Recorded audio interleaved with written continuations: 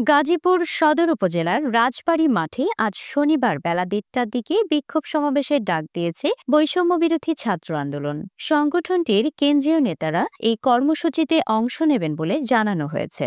আজ ভোর ৪টার দিকে সংগঠনটির ভেরিফাইড ফেসবুক পেজে দেওয়া এক পোস্টে এই কর্মসূচি ঘোষণা করা হয়।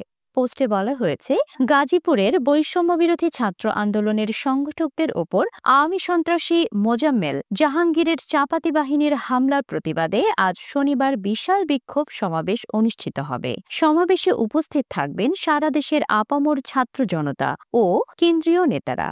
এর আগে রাত ২:১২টার দিকে সংগঠনটির নেতা সার্জিস আলম তার ভেরিফাইড অ্যাকাউন্টে এক পোস্টে বলেন, গাজীপুরে আজকেই হবে আওয়ামী সন্ত্রাসীদের শেষ দিন, আমরা আসছি। এদিকে গতকাল শুক্রবার রাত ১০টার দিকে গাজীপুর সাবেক মুক্তিযুদ্ধ বিষয়ক মন্ত্রী আ.ক.মা মোজাম্মেল হকের বাড়িতে হামলার ঘটনা ঘটে। এতে ২০ জন আহত হয়েছেন, যাদের মধ্যে ৪ জনের অবস্থা আশঙ্কাজনক বলে জানিয়েছেন চিকিৎসক। স্থানীয় বাসিন্দা ও পুলিশের ভাষ্যমতে রাত ১০টার দিকে মোজাম্মেল হকের বাড়িতে একদল লোক হামলা চালানোর চেষ্টা করলে মসজিদের মাইকে ডাকাত এসেছে বলে প্রচার করা হয়। এতে স্থানীয়রা জড়ো হয়ে হামলাকারীদের আটকে গণপিটুনি দেয়। পরে পুলিশ ও সেনা সদস্যরা গিয়ে পরিস্থিতি নিয়ন্ত্রণে আনে এবং আহতদের শহীদ তাজউদ্দিন আহমেদ মেডিকেল কলেজ হাসপাতালে ভর্তি করা হয়। এই ঘটনার পর রাত ১:২০টার দিকে হাসপাতালের সামনে বিক্ষোভ মিছিল করেন বৈষম্য বিরোধী ছাত্র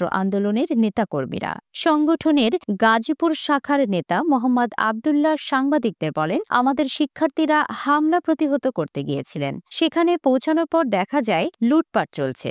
বাধা দিতে গেলে তাদের উপর অতর্কিত হামলা চালানো হয়। পরে আরও শিক্ষার্থী সেখানে গেলে তাদেরও পেটানো হয়। এই ঘটনার প্রতিবাদে আজ মার্চ টু গাজীপুর কর্মসূচি ঘোষণা করেছে বৈষম্য বিরোধী ছাত্র আন্দোলন।